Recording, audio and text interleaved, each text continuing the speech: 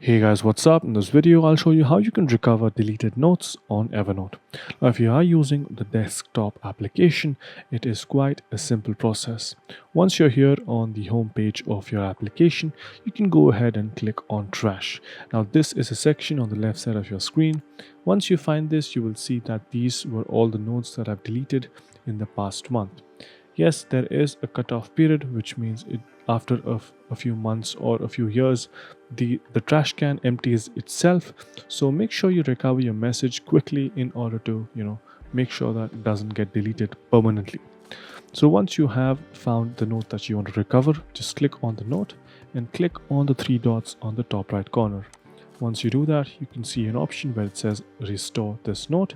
Just click on that and that is it. You can go back to your notes and see that email note is back on my main notes. So yeah, that's pretty much it on how you can recover deleted notes on Evernote.